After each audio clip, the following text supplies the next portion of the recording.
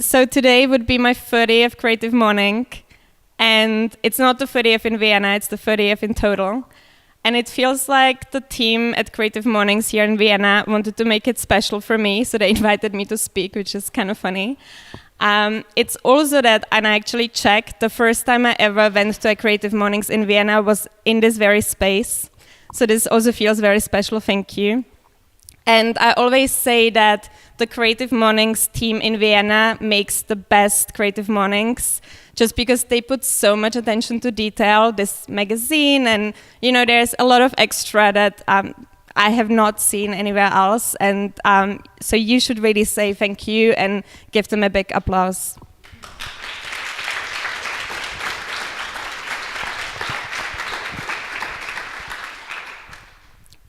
Now you know I mean it. And also Lisa. So thank you for getting up.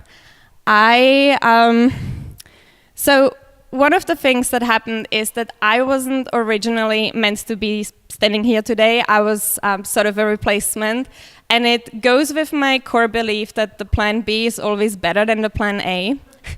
And it's mostly, that's how I would interpret that, just because every single time I intended something to do in my life, it never was the plan A. It always seemed like it's the plan A, because it seems like I seem to make the impression that I make the plan B look the plan A way, but it always was a zigzag, and it never really was what I wanted it to be, but it kind of always worked out, and just because everything always worked out at the end, and looking back, it worked out very well, I kind of think that, we should embrace the plan B.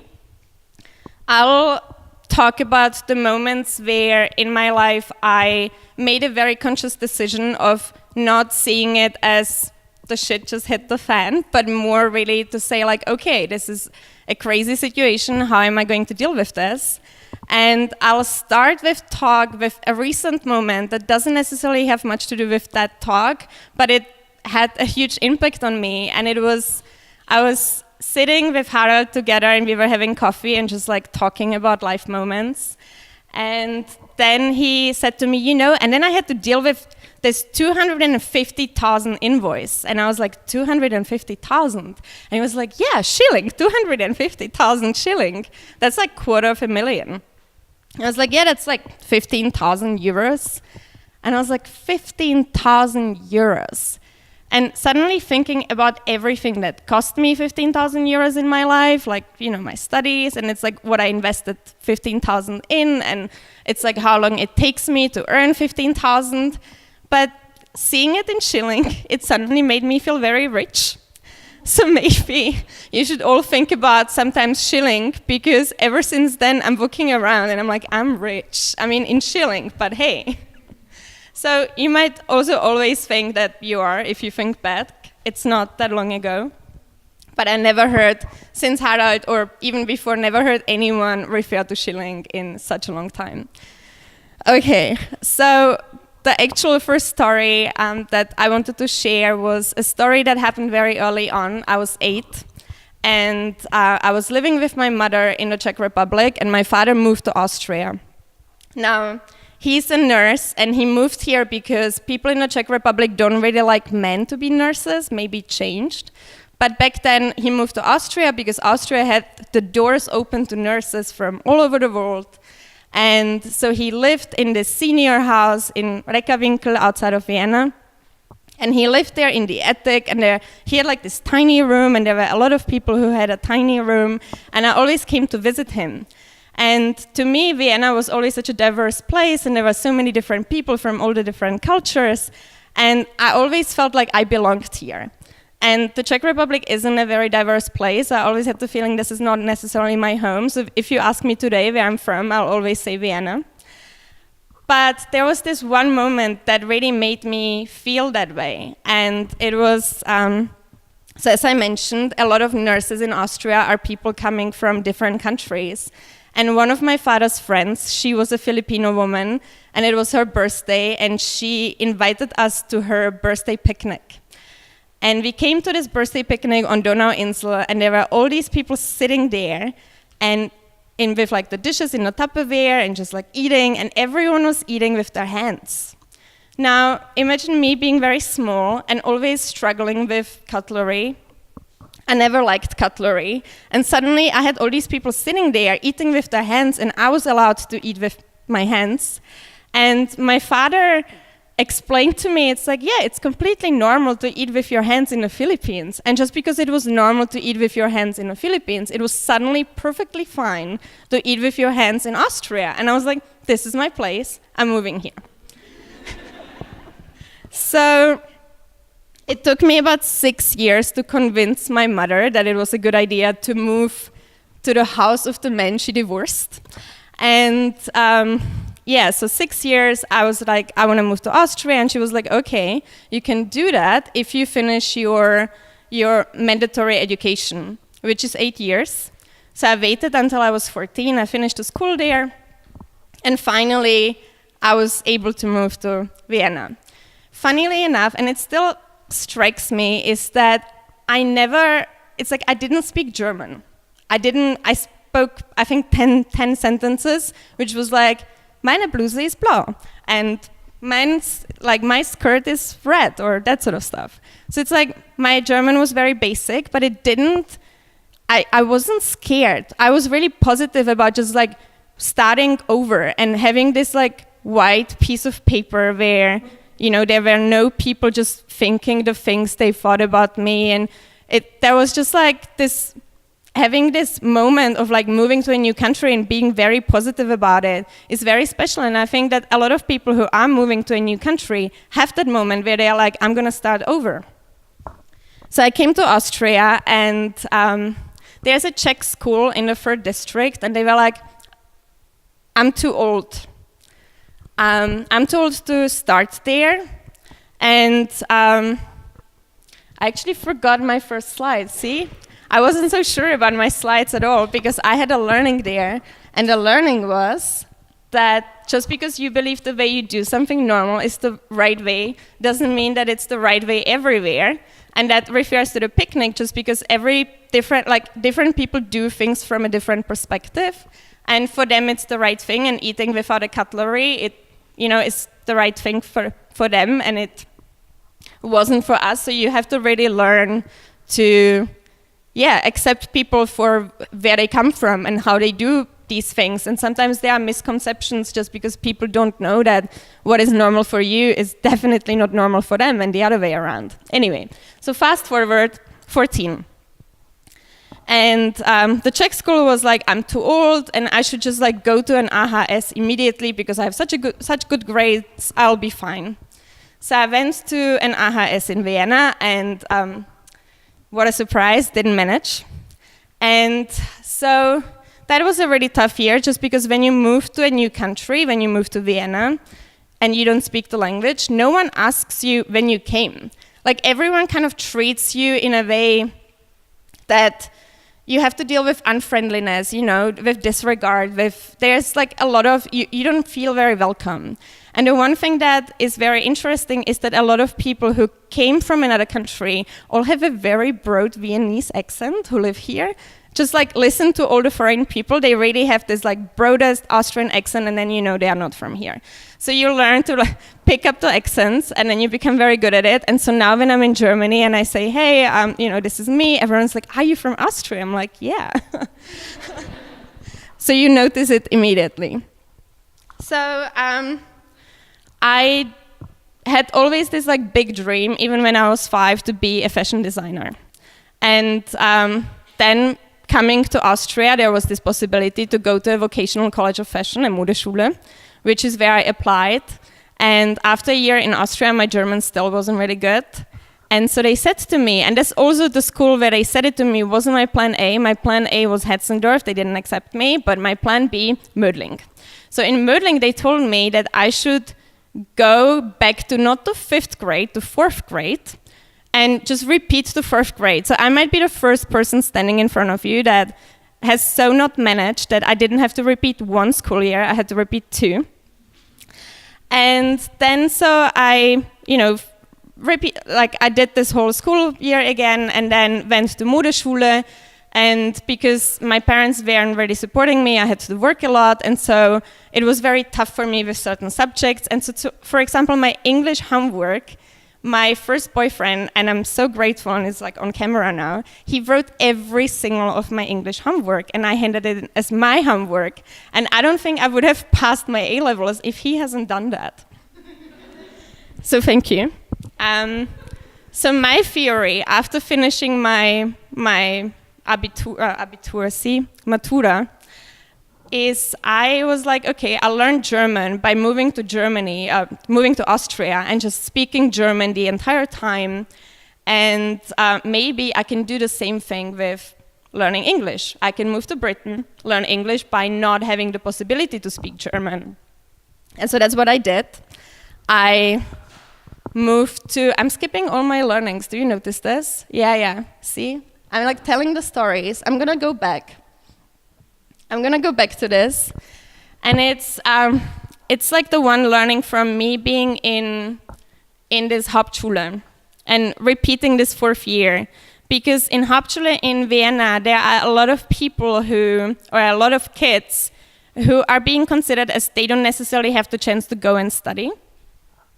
And from my today's perspective, it's mostly because they don't really have the role models. Like, you always can only make up the dreams of where you are coming from, or what you think is achievable for you, or what you think where you have the idea how to go from A to B to C to Z.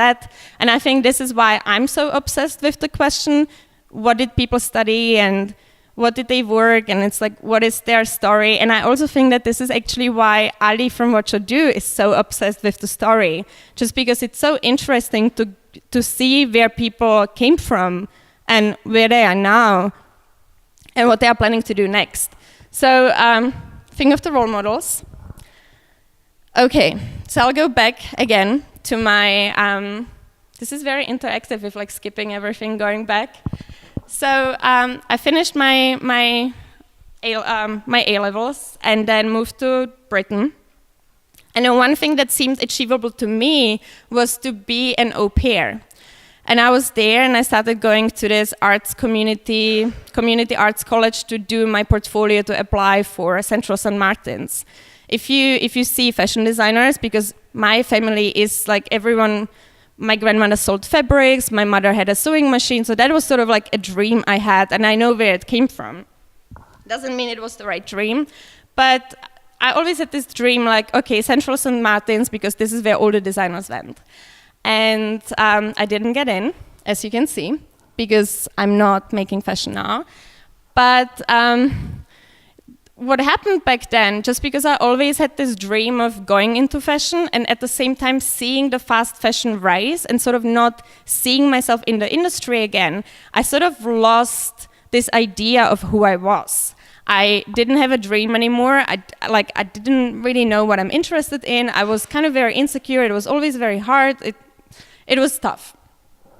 And so I came back to Austria, that was the only time I did a farewell party before I moved away, because I didn't think I would come back so soon. Now every single time I go somewhere else, I don't actually do farewell parties, because I'm like, I'm always here anyway. So I moved back and I applied at New Design University. It was the only university that still accepted students, that was creative, and yes, it was a private school, 15,000, there you go. But I was like, I can pay it back somehow. I can go work and figure it out.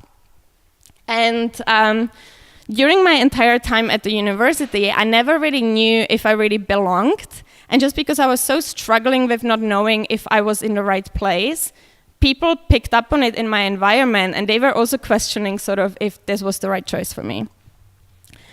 And so what I've learned is that, and now I'm doing it right.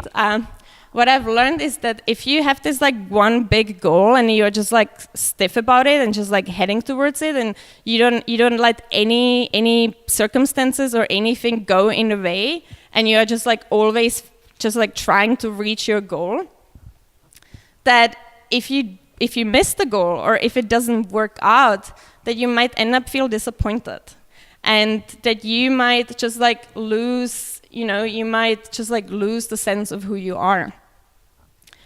And so when I was at university, there was this one thing that happened, and it was before Pinterest. I'm really happy Pinterest didn't exist.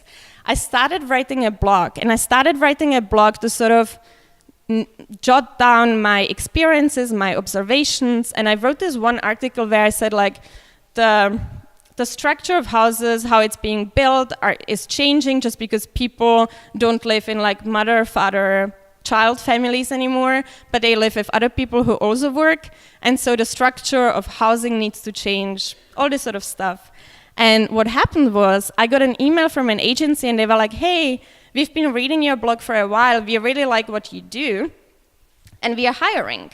Would you like to come and talk to us and maybe you like us? And so this like one big career learning, and I keep repeating it because it's like valid today and it's going to be valid tomorrow and it's probably going to be valid forever, is find your interest, not like the big thing, just like the one thing that you're excited about right now, and tell everyone about it as loud as you can. Just like share your interest with other people, because it's much easier for these people to find you. It's like, if you say, this is what I want to do, and this is what I'm interested in, then the people are gonna look out for opportunities and really gonna come to you and say like, hey, this is what we are working on. And it's like, I don't have an hour to tell you all the moments where this worked out, but this like worked out so many times.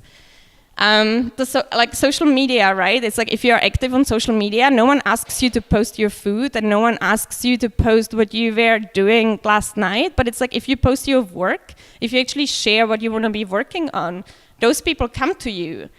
So this was my big learning. So I started working there and didn't really enjoy it because I wasn't so sure if what I'm doing in that moment was the right thing.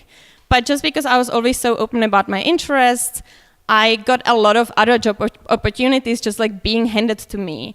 I've worked for architect offices, I've worked for advertising agencies, I've worked for a lot of different places just because I always said like, hey, this is what I'm interested in.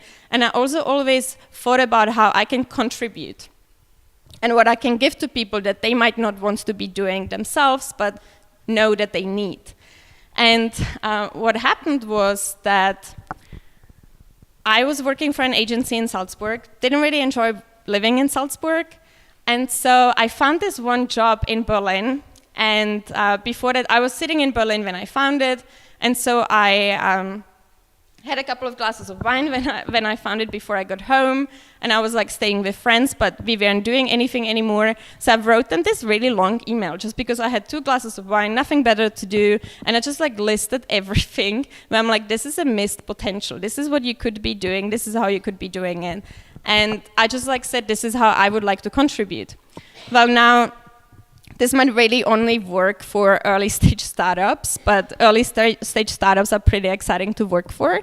And so if you think about, and this is like also with CVs, like people write all these letters and they always talk about themselves instead of thinking what they want to give and what they want to do and what they are excited about. And I think that's missing very often, and why some people are very much struggling to find their place is because they don't think about what they want to be doing and working on and giving to people. So think about how you can add value and just do that. So I worked for this startup, and for about 7 months I had the best job. I told everyone I have the best job. I loved it. But what happened simultaneously was we were running out of money. And as it goes for startups, it's very hard, it's like you never really know if the company is going to exist in a month, in 2 months. And so it was really struggling just because I never knew if I'm going to have a job in like a week. And what happened over the time, I joined as the number 7 on the team, and by April, May, which was like, I moved there in August, so April, May. It was just like the CTO and I saw 5 people leave. And let me tell you something, if things aren't going well, people really are not the best. Like, people change their characters, and it's just like a very harsh situation for everyone if you see like something that you believe in isn't really working out. And so the CTO and I were like the last 2 people in the company, and it became very personal because it was like our baby, right? And just because he was living in London and I was living in Berlin at the time, and we were like, he was commuting from London to Berlin because he had his kids in London. And so one day he was like, hey, this doesn't really make sense. The investors found a new CEO just because the investors really believed in the idea, and the CEO was also in London. And so I was supposed to move to London. So I just like an adult person, I'm very proud of that I did that, you should like cancel everything. So I canceled my apartment, I canceled my phone contract, I canceled my bank account. I went to unregister myself from the Bürgeramt. It's like I did all of that. And then things weren't going really well. And last minute I decided, okay, I'm not gonna do this. This is a really terrible idea. I'm not moving to London. And in the same week, my ex-boyfriend was moving away to the US. So suddenly I was standing there, and I had nothing left in Berlin. Like, everything that I built up, my happy life that I was so happy about, and my brilliant job, and everything that I loved about my entire situation was gone from one day, within 1 week. And then I was like, okay, because I always kept my apartment in Vienna, I'm moving back. So I moved back to Vienna. And my idea was, I'm going to go location independent, and I'm going to be a freelancer. And this is something that you literally cannot decide from one day to another and make it work, because freelancing takes time to build up. And those who started a company know that it's there's a time where you don't earn enough money, and it's kind of harsh, and you have to really believe in your idea. So I was like, okay, I'm not gonna do this. I don't have time for this. I don't have any savings, because if you work for a startup in Berlin, you don't have savings. You use your savings. And so I, moved back. And then my idea was, I have so many inspiring people in my surroundings, and I'm gonna ask them how they did it. It's how were their early starts and their early beginnings, and how did they become freelancers? And also, if you are in a creative industries, there are moments where you're like, I could do anything. What am I gonna do? So I started this entire research and just asked all the people that I liked and admired for their tips and what they had to say. And I was like, this is great. This is something that other people should read too. And so I was like, okay, I'm gonna make a book. And there was this one book I bought a while ago that I didn't like, but it had beautiful illustrations in it. And I was like, okay, if the book is crap, if it's just terrible, and if no one likes it, I'm gonna make sure that the illustrations are beautiful. And so I hired an illustrator, and so I had this entire idea for the book in November, and I named it This Year Will Be Different. So it's I knew I must go live, I must publish it in the first week of January, which end of November, beginning of January, not realistic. And so she sent me this email, and she was like, I'm so sorry, I won't hit the deadline. And I was like, okay, what can you do if you have a product that is 80% finished but not finished? And I was like, Kickstarter. Let's do a Kickstarter campaign. And as you remember, so there are 2 things. Kickstarter didn't exist in Austria or Germany, so it wasn't available. But if you remember, my ex-boyfriend was American, so I was like, hey, wouldn't it be a great idea if I had all this money sent to your account so that I can make my book? And he was like, okay. So also grateful for that. And so I did this book, I launched it on Kickstarter, it went really well, surprisingly. I was like, it was such a hype, it was really exciting. And then I went to the US to finish the book, to get it printed, to ship it out, to give it to everyone. And then I had a coffee with someone who I knew from Kickstarter. We were introduced, she used to live in Berlin as well. And she comes in and she's like, they just told me 20 minutes ago, I need to find someone to help us launch Germany. And I was like, I could do that. So I went from like having my own Kickstarter project into helping Kickstarter launch in Germany, which was really amazing. And it's like falls again back to, if you find your interest, if you do something that is exciting and people see what you're excited about, then they'll eventually bring you those chances. And this, this can really change how you perceive your life in a day-to-day. And the one big thing that I have learned over the time is that it doesn't necessarily make so much sense to have this like one big goal to work towards. It's like my big goal, and I once did a personality test and it said I'm not ambitious, but it's like my big goal is to feel really good about every single day, right? It's like to enjoy the process and to learn something new and to take the time to be very inefficient and to just like not go the shortest way, but maybe walk the more beautiful way and just like take those little moments in and just recognize them as such. And also what I stopped doing is like when everything breaks apart, I'm no longer like, oh my gosh, everything broke apart. I'm like, okay, this is a chance, I can make something out of it. And it's mostly just because it has so far always worked out. And so it's just this like general optimism. And I'm like, okay, this is gonna be great. Something else is gonna happen. It's not gonna be plan A, it's gonna be plan B. But my entire perception of goals and of success and what it means to be successful, and it's like the entire... Yeah. I'm gonna hold it now. So. What it means to be successful, really, like, I completely changed my perception of it, and I spent a lot of time thinking about it.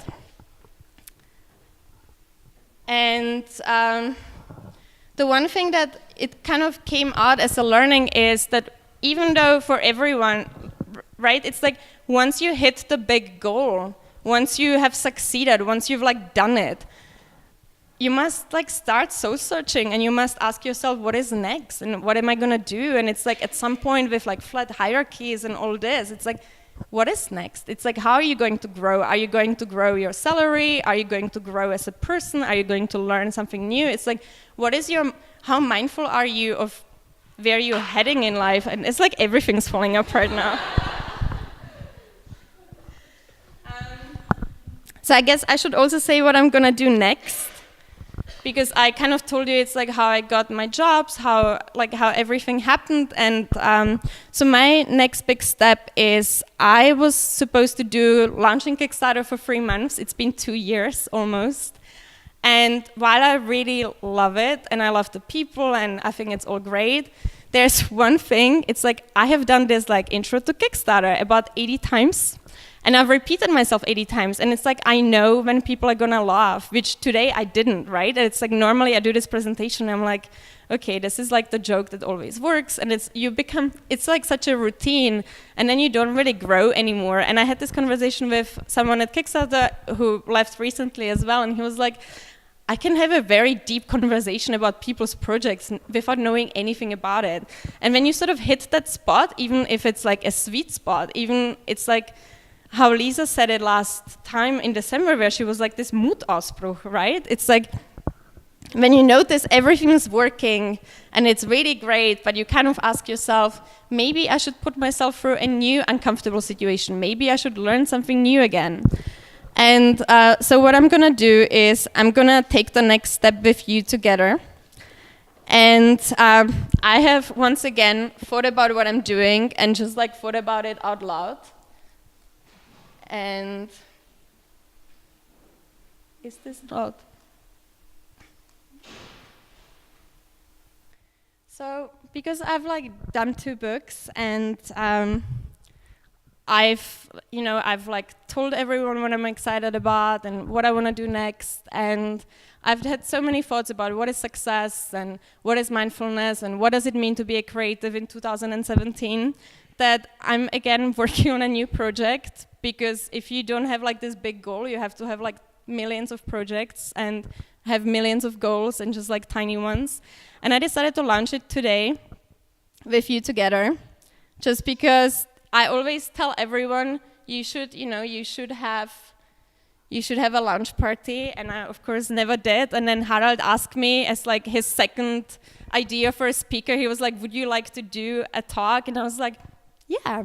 So now I have my launch party. It's with all of you. Please come and cheer with tea, as you know, I'm sick. And this is what I'm gonna do next. I'm gonna spend the year working on fun projects and thinking about something hasn't worked again. It doesn't want me to launch live, but it's gonna go like live in a second. See, I have to tell them this wasn't great. This was like terrible user experience. Anyway, so it's gonna go live. I'm gonna do it like once you stop asking questions. But thank you so much for listening. And if you have any questions, I'll open it up to you now. Thanks.